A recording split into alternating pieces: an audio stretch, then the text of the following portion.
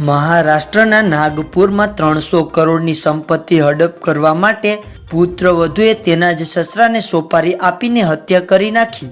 શરૂઆતમાં આ કેસને અકસ્માત તરીકે બતાવવાનો પ્રયાસ કરવામાં આવ્યો હતો, પરંતુ પોલીસની સતર્કતા અને પરિવારજનોએ વ્યક્ત કરેલી હત્યાની આશંકાથી ઘટનાને અલગ જ વળાંક આવ્યો હતો।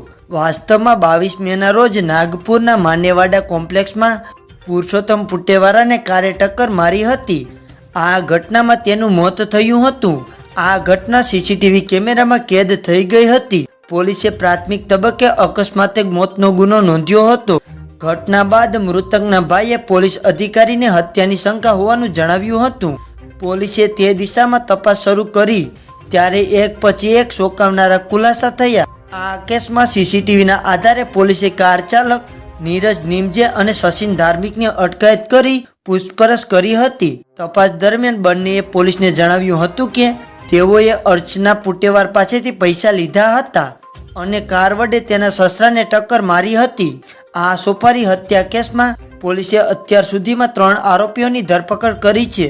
પુત્રવધુ અર્ચનાની નજર પુરુષોત્તમની 300 કરોડની સંપત્તિ પર હતી। ખાસ વાત એ છે કે અર્ચના સરકારી અધિકારી હોવાની હકીકત પણ સામે આવી છે। આ સમગ્ર મામલાને લઈને નાગપુરના પોલીસ કમિશનર રવિન્દ્ર સિંઘલે આજ તકને જણાવ્યું હતું કે આ મામલો હાઈ પ્રોફાઇલ છે। નાગપુર ક્રાઇમ બ્રાન્ચની ટીમ આ મામલે તપાસ કરી રહી છે। આ કેસમાં પોલીસે અત્યાર સુધીમાં 3 આરોપીઓની ધરપકડ કરી છે।